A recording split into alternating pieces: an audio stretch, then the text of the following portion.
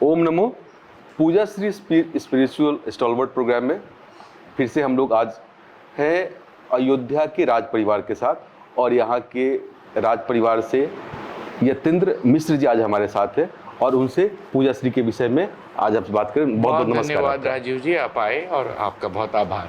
यतीन्द्र जी, हम लोग पूजा श्री करके एक हम लोगों ने कहिए कि एक उपक्रम है हमारा इस तरीके का कि जिसमें हम लोग किस तरीके से सनातन धर्म में व्याप्त जो कर्मकांड में जो लोगों की अरुचियाँ होती जा रही हैं, या कर्मकांड को अस्थावर तरीके से, जिस तरीके से वेद विहित जो हमारे जो कल्चरल एस्पेक्ट है उसको लोग भूलते जा रहे हैं, ऐसा कुछ करके हम लोग एक काम कर रहे हैं, और जिसके तहत हम लोग स्पिरिचुअल स्टॉलवर्ट्स करके एक नया जागरूकता अभियान कहिए हम लोग चला रहे हैं, जिसके अंदर आप जैसे सज्जन जो समझते हैं स्पिरिचुअलिटी को और जो समाज में जिनका से है, समाज को जो कुछ दिशा दिखा सकते हैं, ऐसे लोगों के साथ में ये प्रोग्राम कर रहे हैं। तो इस प्रोग्राम में फिर से आपका स्वागत है। यतीन्द्र जी, जैसे मैं आपसे पूछना चाहूँ कि कर्मकांड के विषय को, या कहिए भारतीय वैदिक कर्मकांड की गंभीरता को आप कैसे समझते हैं और उसके बारे में आपके क्या विचार हैं? बहुत अच्छा सवाल किया आपने राजीव जी, लेकिन मैं इसको थोड़ा सा आपके सवाल को रीफ्रेम करना चाहूँगा। मुझे लगता है कि जब आप यूथ से जुड़ते हैं, कनेक्ट करते हैं, आज के ज़माने में हम उपासना को अपने जीवन में किस तरह से अंगीकार कर सकते हैं और उपासना को किस तरह से इस तरह से युवाओं के पास ले जा सकते हैं, अपने देश में ले जा सकते हैं, ऐसे लोगों के पास ले जा सकते हैं जो सनातन धर्म को, जो संस्कृति को, जो हमारे अध्यात्म को, जो हमारी पौराणिक कथाओं को, जो हमारे मठ मंदिरों की व्याप्ति को, जो उनके पुराने ऐश्वर्य और उससे पैदा हुई संस्कृति को समझता है, तो वो सहूलियत होगी। उपासना का भाव निहायत आत्यंतिक होता है, आपके भीतर होता है। आप संस्कार में आते हैं। जब आपकी माँ, आपका जन्म होता है और आपका पहली बार आपके कानों में कोई मंत्र पढ़ा जाता है, या आपको शब्द सिखाए जाते हैं, या आपका अन्नप्राशन होता है, तो हमारे यहाँ परंपरा रही है कि सोने की सलाई से पुरोहित, जो राजपुरोहित है, वो जीभ पर ऐम बीजाक्षर लिखता है शहद से। माँ सरस्वती की, वाग्देवी की वाणी की हमेशा सरस्वती की कृपा बरसे। अब ये कर्मकांड नहीं है, ये एक संस्कार है, ये एक मैनिफेस्टेशन है जो पीढ़ियों से पीढ़ियों तक चला जाएगा। सही बात। तो जो मुझे लगता है कि संस्कार को हम ज़्यादा केंद्र में रखें, संस्कृति को हम केंद्र में रखें, और एक सार्वभौमिक प्रक्रिया के तहत बात करें जो एक समावेशी संसार है। जब हम पूजा करते हैं, जब हमारे यहाँ विवाह होता है, जो भारतीय विवाह की सनातन पद्धति है, तो कास्ट और क्रीड से ऊपर उठकर हर तरह के लोगों का जुड़ाव होता है। उसमें सूप बनाने वाला भी आता है, उसमें मौरी बनाने वाला भी आता है, उसमें सेहरा बनाने वाला भी आता है, उसमें नाउन भी आती है आलता लगाने वाली, उसमें धोबिन भी आती है सुहाग देने।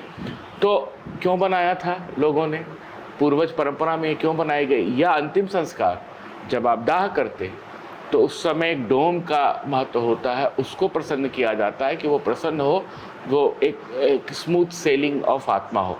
मैं बहुत खुले दिल से आपके से कहूँगा कि आप जब ये बात सुन रहे हैं तो ज़रूरी नहीं कि राजीव जी या यतीन्द्र मिश्र से आप कन्विंस्ड हों या उस बात को मानें, लेकिन उसके पीछे की साइंटिफिक अवधारणा को जरूर देखें कि पूरे समाज को खास पर्वों के समय, खास क्षणों के समय, जीवन के महत्वपूर्ण सोपानों के तहत सबको इज्जत दी गई, सबको जोड़ा गया, एक वसुधैव कुटुंबकम की अवधारणा बनाई गई। और उपासना पद्धति जो हमारे यहाँ पंचधा, नवधा और षोडशोपचार पूजा की है, वो ये कतई नहीं है कि आपने अगरबत्ती की, या आपने दिया दिखाया, या आपने भगवान को प्रसाद चढ़ाया तो वो जो डीटी है वो ले रही है। वो अपना मैनिफेस्टेशन है जो आप एक सुपर पावर के प्रति अर्पित करते हुए खुद के भीतर अंगीकार करते हैं। जब आप सुगंध चढ़ाते हैं तो उसका अर्थ सीधे से ये है कि वो जो एक सुगंध है, जो उसकी व्याप्ति एयर में है, वो व्यापक होती है, व्योम में समाती है। तो यूनिवर्स के साथ कनेक्ट, पूरे एक एटमॉस्फेयर के साथ कनेक्शन है। जब आप चंदन लगाते हैं तो उसकी शीतलता को कहीं आप अपने भीतर लेते हैं। जब आप माधुर्य के रूप में भोग लगाते हैं, प्रसाद चढ़ाते हैं, फल चढ़ाते हैं, तो उसका अर्थ ये कतई नहीं है कि आपका देवता भूखा है। वो जो अपने जीवन का माधुर्य है, जो अपने जीवन से सबसे सुंदर देने का भाव है, जो मधुरता देने का भाव है, जो स्वीटनेस को कन्वे करने का भाव है, आप वो बताते हैं।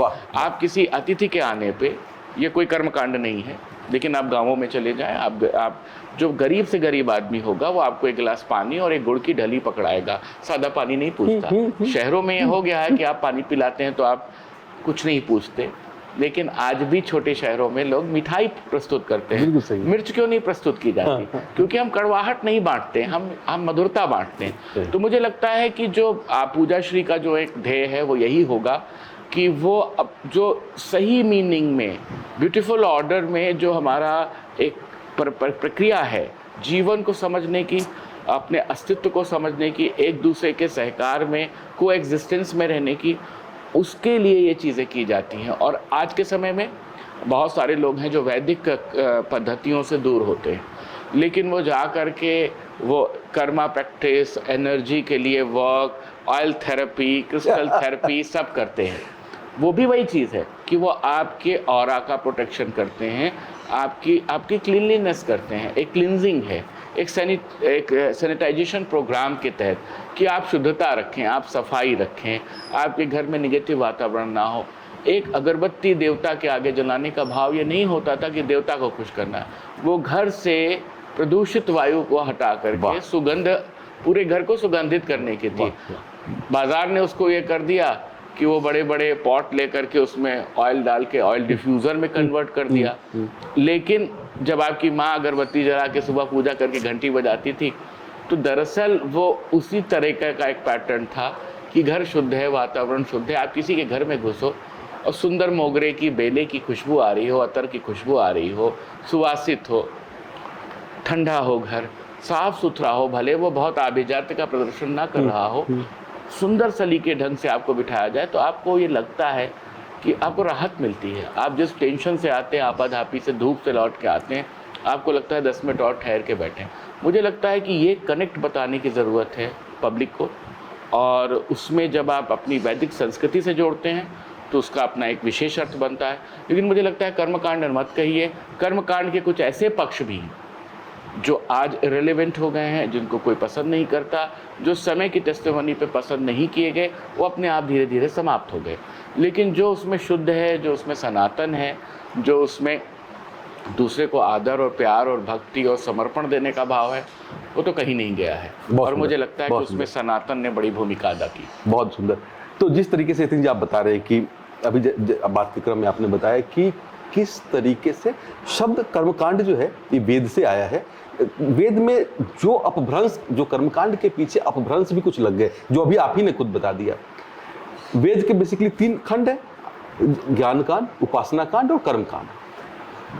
सारे ऋग्वेद में, ऋग्वेद सबसे प्राचीन है, हम ऋग्वेद की बात करते हैं तो कर्मकांड सबसे ज़्यादा व्यापक है। उसमें कर्मकांड बेसिकली है कुछ नहीं। लेकिन मैं आपको यहाँ कहना चाहूँगा कि ऋग्वेद जो है वो मूल रूप से सोमदेव के लिए, इंद्र के लिए और अपने सारे जो सारे मंडल हैं, वो उनकी उपासना से ज़्यादा उनकी अभ्यर्थना, उनकी प्रार्थना है, उनकी स्तुति की जाती है।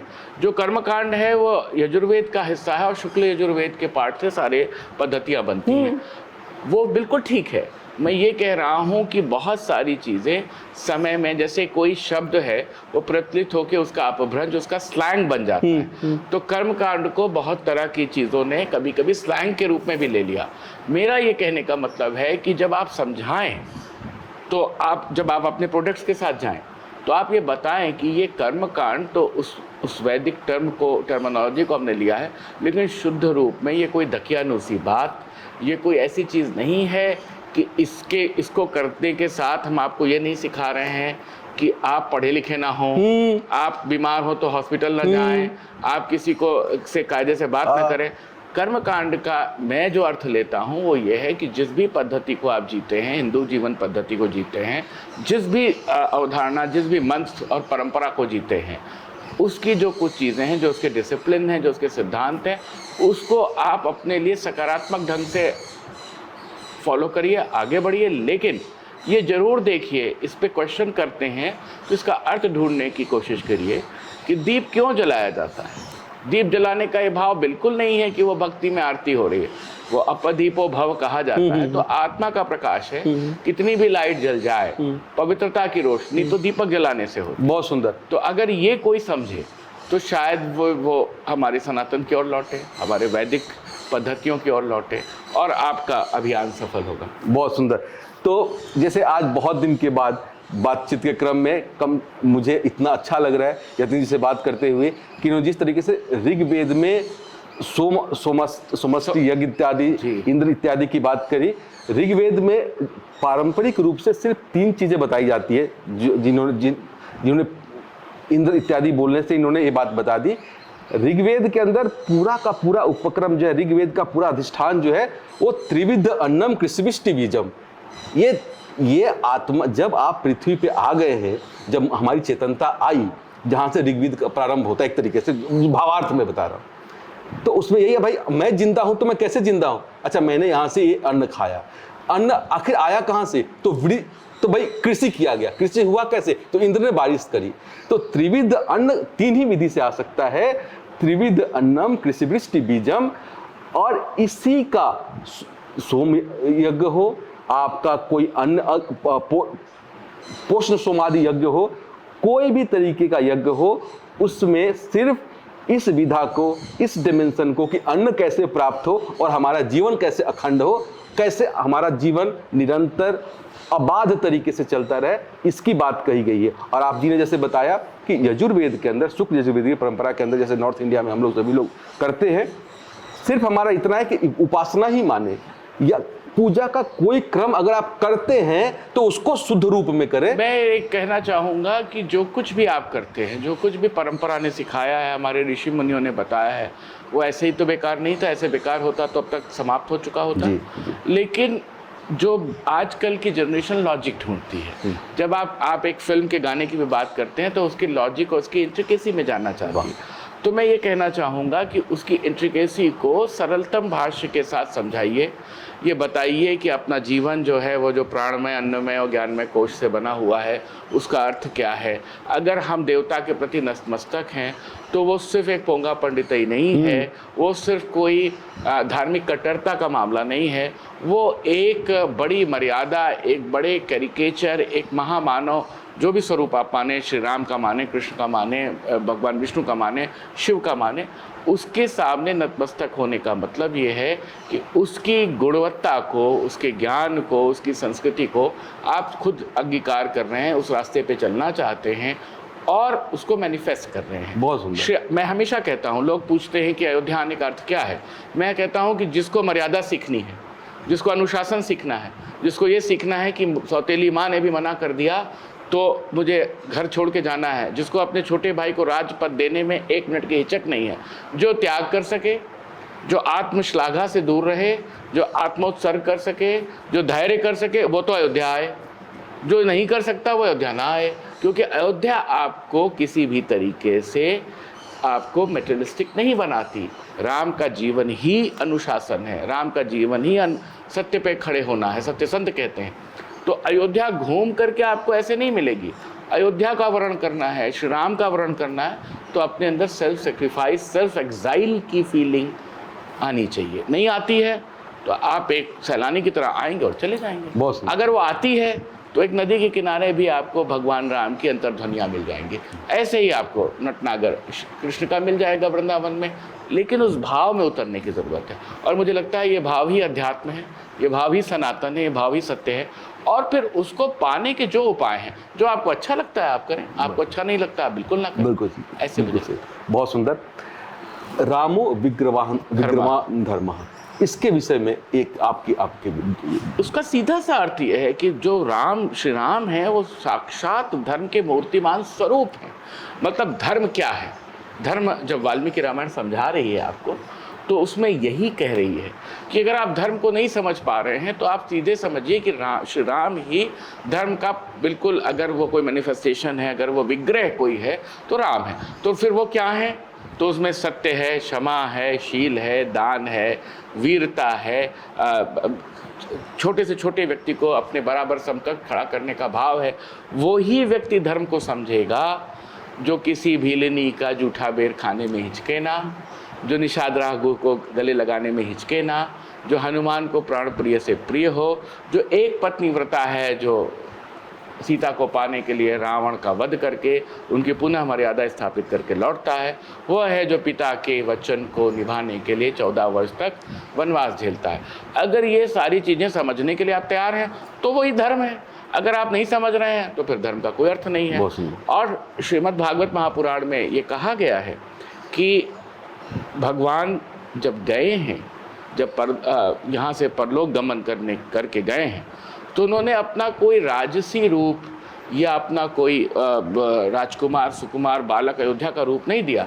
उन्होंने जो 14 बरस तक वन में भटके हैं, जो संघर्ष किया है, अपने कंटकाकीर्ण चरणों को, जो लहू से और कांटों से बिंधे हुए पैर हैं, उन्हें अपने भक्त वत्सल, अपने भक्तों के हृदय में उसके की छाप डाल के गए।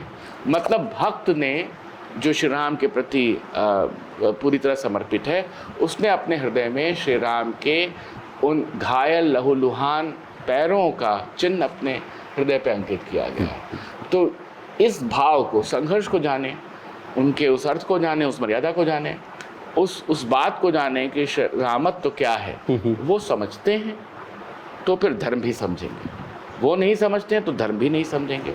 और धर्म समझने का ये बिल्कुल अर्थ नहीं है कि आप लाउड हो जाएं, आप किसी दूसरे धर्म के मानने वाले के साथ अपमानित व्यवहार करें, आप किसी के साथ दुर्व्यवहार करें, आप किसी को छोटा समझें, आप अपने को दी बेस्ट समझें, ये तो सिखाता ही नहीं। अपने प्राणों की आपकी अपनी आहुति दे करके, अपने को सेल्फ फॉरगेटफुलनेस में ले जाके आत्मविस्मृति में डालते हुए जो आदमी आगे बढ़ता है, जिसको कोई किसी तरीके का दिमाग में कष्ट नहीं है या किसी से कोई ईर्ष्या नहीं है, मुझे लगता है कि उसको ईश्वर मिलते हैं। मैंने और आपने ईश्वर को नहीं देखा है, किसी ने साक्षात नहीं किया, ऐसा हम सुनते आए हैं कि स्वामी रामकृष्ण परमहंस ने साक्षात किया, वाल्मीकि ने किया, तुलसीदास ने किया, कबीरदास ने किया। तो कहीं ना कहीं से वो नोबल सोल को वो वॉइस मिल गई, उनको अपनी एक इनर पहचान मिल गई कि नहीं यही सत्य है। वो सत्य आप समझ लेंगे तो सनातन समझ जाएंगे, तो सब चीज़ें समझ जाएंगे। बहुत सुंदर, बहुत सुंदर। तो आप लोगों ने सुना कि यतीन जी ने किस तरीके से रामो विग्रहवान धर्म की व्याख्या करी, किस तरीके से सनातन में डूइंग राइट की परंपरा है और डूइंग राइट से आप अल्टीमेटली क्या अचीव करते हैं, किस टाइप की स्टेबिलिटी, किस टाइप का एक्जुबरेंस, किस टाइप की स्टैटिक लाइफ को आप महसूस करते हैं, अभी यतीन जी ने खुद बताया। और इसीलिए मैं फिर कहता हूं कि हमने इस प्रोग्राम का नाम रखा है स्पिरिचुअल स्टॉलवर्ड्स, कि स्टॉलवर्ड्स स्पिरिचुअलिटी के लिए क्या सोचते हैं ये आप सबको पता चले। इसी क्रम में मैं आपको बताऊं यतीन जी कि हम लोग जो पूजाश्री में कर रहे हैं कि कोई ना कोई एक ब्रांड तो, कोई ना कोई फ्लैग हो जिसको लेकर के चलते हैं, क्योंकि नाम तो कुछ रखना पड़ेगा जब भी आप कुछ करते हैं। तो पूजाश्री के अंदर एग्जैक्टली हम लोग यही कर रहे हैं कि कुछ भी करने के लिए आपके 3 आयाम, 3 डायमेंशंस उसके बेसिक चाहिए होते हैं आपको। क्या कर रहे हैं, कैसे कर रहे हैं और उससे क्या हो रहा है, अच्छा अल्टीमेट गोल क्या है आपका। पूजाश्री के अंदर हम लोग 3 P's हमने एक सिद्धांत बनाया है कि सबसे पहले कि आप जो भी भगवान को, अगर आपको विश्वास है सनातन अनुष्ठानिक परंपरा में, तो उस अनुष्ठानिक परंपरा के अंदर अगर शुक्ल यजुर्वेद कहता है कि भगवान को इस क्रम में पूजा करना चाहिए, तो वो क्रम टूटे नहीं, तो वो क्रम उसी रूप में हो। तो और आपने इस तरह की कुछ पद्धति बनाई है, पद्धति बनाई है, सामान्य जन जान सके, सामान्य जन जान सके। हमारे हर प्रोडक्ट के अंदर हम एक कार्ड डाल देते हैं जी, कि जिसके अंदर जिसकी डिटेलिंग कि भाई ये मंत्र है, ये यहाँ से आया है, हमने वो कहाँ से हमने लिया है वो भी डाल दिया है, उसका ओरिजिनल सोर्स डाल दिया है कि अगर शुक्ल यजुर्वेद से या कोई अगर हमने कोई ऋग्वेद से उठाया है, किसी ग्रंथ से उठाया है, पुराण से उठाया है, अगर हमने मान लीजिए शीतलादि हमने उठाया अगर, तो हमने इसको डाल दिया, अष्टगंध है जी। तो अब इसमें मैं बताऊं आपको कि हमने हर चीज का जो एक ताकि डूइंग राइट की परंपरा, जो सनातन की परंपरा है, वो अपने अक्षुण्ण रूप में सबको मिल सके। तो प्रोडक्ट के क्रम में मैं बताऊं यतीन जी आपको कि जैसे पंचोपचार पूजन हम करते, तो आपका हम पहले आह्वान, आचमन, धूपम, श्रृंगार, प्रसाद और आरती। इसमें आचमन कैटेगरी के अंदर जैसे एग्जांपल के लिए हमने गुलाब जल की भगवान का जो है, भगवान जब आते हैं तो हमारा शुक्ल यजुर्वेद कहते हैं सुगंधित जल से उनका प्रक्षालन करना चाहिए। हमने उसके लिए एक एक चीज जो वैदिक परंपरा से होना चाहिए वो हम लोगों ने इसमें किया है। जैसे ये आप चीज जो आपके हाथ में है, ये अष्टगंध है जी। ये शारदा तिलक ग्रंथ के अंदर इसका, शारदा तिलकम में, हाँ जी। शारदा तिलक आप तो सब समझते हैं। शारदा तिलक ग्रंथ के अंदर बताते हैं कि भाई आपके जो पंच देवता हैं, मुख्य पंच देवता विष्णु जी, शिव जी, आपके पार्वती, गणेश और सूर्य भगवान, ये मुख्य 5 देवता हैं। बाकी तो सभी अधिदेवता हैं इनके, जिनको हम पूजते हैं, जिनका हम भद्रमंडल लगाते हैं। भद्रमंडल के अंदर तो मुख्य पंचदेव होते हैं जिनका हम पहले पूजते हैं, उसके बाद सभी अधिदेवताओं को पूजन करते हैं। इन पंचदेवताओं का उसमें लिखा है कि क्या अष्टगंध होने चाहिए। सब समझो, शिव जी और विष्णु जी दोनों का कार्यक्षेत्र ही अलग है, तो उनकी प्रवृत्ति अलग है, उनका बोर्ड अलग है। एक कैलाश में रहते हैं और एक क्षीर सागर में रहते हैं, तो उनका जैसे भोजन का, गंध का, सबका टेस्ट अलग अलग है। और ऑलरेडी वेदों ने बताया है कि क्या करना है। हमने उठा करके ये हमने बनाया सभी पंच देवताओं का। बहुत सुंदर ये, और अभी आपके इसको माथे पे मैं आपको लगाऊंगा जाते हुए, आप इसको महसूस कीजिए इसकी दिव्यता को। इसी तरीके से सारे प्रोडक्ट की किससे होता क्या है नितिन जी, कि कुछ लोग ऐसे हैं जो मानते हैं और अनुष्ठानिक कर्मकांड को मानते हैं। वो कहते हैं कि भाई, अगर एग्जाम्पल के लिए कि मैंने अपने घर में अपने पुत्र के लिए कोई आयुष यज्ञ किया कि भाई मेरे बेटे का आयुष्वर्धन हो, पंडित जी को हमने बुलाया। अब पंडित जी तो आ जाएंगे और पंडित जी के मंत्र के अधीन तो मुख के अधीन मंत्र है, मंत्र के अधीन देवता है। अब ये तो आपको भाई मंत्राधीन है जगत सर्वा, तो अब उस मंत्र से पंडित जी ने देवता को तो बुला लिया, लेकिन देवता के आते ही आपने उनको सड़ा हुआ उनके सामने फल रख दिया। पंडित जी ने कहा घृतम समर्पयामि, अब वो घृत की जगह कोई इंडस्ट्रियल वेस्ट जा रहा है। तो क्या हुआ, जो कमांड गया वो उसी रूप में पूर्ण होना चाहिए। विधि का विधान है ना, विधि का विधान है कि जो जैसा करेगा उसके बदले में वही तो मिलेगा उसको मैक्सिमम। अगर आपने घृत दिया, अगर कर्मकांड कंप्लीट होने के लिए घृत चाहिए था तो घृत जाना चाहिए था। अगर घृत नहीं गया तो कहीं ना कहीं वो अनुष्ठान जो था वो खंडित हो गया। सामान्य बात है ना कि अनुष्ठान में जो एक कमांडमेंट है, एक मंत्र कमांडमेंट गया आपका अनुष्ठान के अंदर, और अनुष्ठान में वो मंत्र पूर्ण नहीं हुआ। अनुष्ठान में कहा घृतम समर्पयामि और क्या कुछ इंडस्ट्रियल डालडा गया उसके जगह पे, तो अनुष्ठान का जो क्रम था वो टूट गया। तो जब बार बार आप अनुष्ठान करते हैं और उसका वो क्रमिक रूप से बार बार खंडित होता है, कर्मकांड घटित ही नहीं हो रहा, आपका अनुष्ठान घटित ही नहीं हो रहा, तो उसका प्रतिफल भी घटित नहीं होगा। लोग कहते हैं कि 20 साल से मैं फला अनुष्ठान कर रहा हूं, उसका लाभ तो मुझे नहीं मिल रहा। भाई सबसे पहले क्या अनुष्ठान आपका पूर्ण हो रहा है?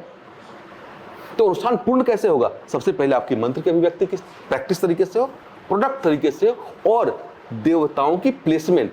आप देखो कि हमारा भद्रमंडल कैसे सजे, कौन सा देवता किसके बाद, उसके अधिदेवता कहाँ बैठेंगे, प्रतिदेवता कहाँ बैठेंगे। आपका मैं बहुत ही सुंदर विचार है और मैं समझ गया कि पूजा श्री जो है वो एक पूरी सनातन परंपरा को उसके सही स्वरूप में समझा रही है, उसे स्थापित कर रही है, और उससे संबंधित जो भी योजक तत्व हैं जो उसमें इन्वॉल्व होते हैं वो आप सही ढंग से उसे मुहैया करा रहे हैं। बहुत सुंदर। और आह्वान करते सभी लोगों को आपके माध्यम से भी मैं आपको कहूंगा कि आप अगर आपको उचित लगे तो जिस भी मंच पे कि पूजाश्री का नाम आए ना आए, हमें उससे बहुत ज्यादा वो नहीं है कि लोगों का अनुष्ठान कर, अगर जो लोग अनुष्ठान करते हैं, जो नहीं करते वो नहीं करते, वो उनका अपना लाइफ है, लेकिन जो कम से कम करते हैं वो राइट परफॉर्मेंस उनका हो, उनका अनुष्ठान घटित हो, उसके जीवन में उस अनुष्ठान का फल मिले और लोगों का श्रद्धा जो है अपने धर्म संस्कृति के प्रति बढ़े। मुझे आप अभी से आपके पूजाश्री के जो भी दर्शक इसे देख रहे हैं, जो भक्तजन देख रहे हैं,